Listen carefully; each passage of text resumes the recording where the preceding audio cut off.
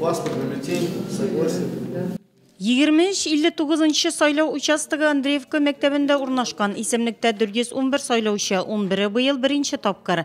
Район башлык Равик Кузеров сайлау комиссиясы әгзалары белән оралашты. Жерлік башлыгына референдумга нинди көн тәртибе кертелгәне, үзара салым акчасының нинди максатларда тотылачагы белән кызыксынды. Водонапорная башня наша, но она не башня, уж, конечно, скважина.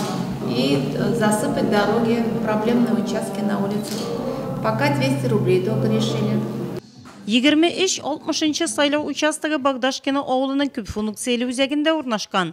Исемлектәге 353 сайлаучының референдумда 237-се катнашты. Сайлаучылар өчен биредә кайнар шәй оештырылган. Үткән елгы җирлектә яшәүчеләрдән җыелган үзара салым акчасы урамда яктырткычларны куюга һәм авыл ишендәге юлларны салуга тотылган. Юлларны ремонтлау өчен быел да дәвам итәргә планлаштыралар. Ничә процент килде әле шул? Район башлыгы Киекле мәктәбендә урнашкан 23-65 сайлау участогында да булды.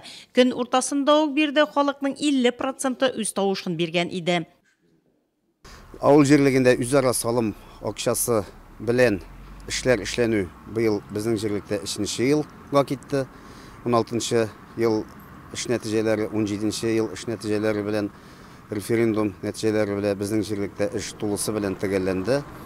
Шуның аркасында безнең җирлек буенча 3 километрга якын юл төзекләнде. Шушы программа башыннан бирле авыл уртасындагы күл чистартылды. Урам утлары җирлек буенча 50% эшләнелде. Без инде 18нче елга бу проблеманы ахырына чыгарбыз дип уйлыйбыз. Һәм менә 18нче ел буенча Шишмәдән авыл эшенә гидротаран дигән насос куеп, шишмә суын авыл эшенә тарту максаты белән оештырылды. Җирлек башлыгы сайлау участогына иң беренче булып килгән 2 сайлаучыны район газетасына язылу белән бүләкләгән. Референдум районның 44 сайлау участогында узды. Аларда 70%-ка якын кеше катнашты.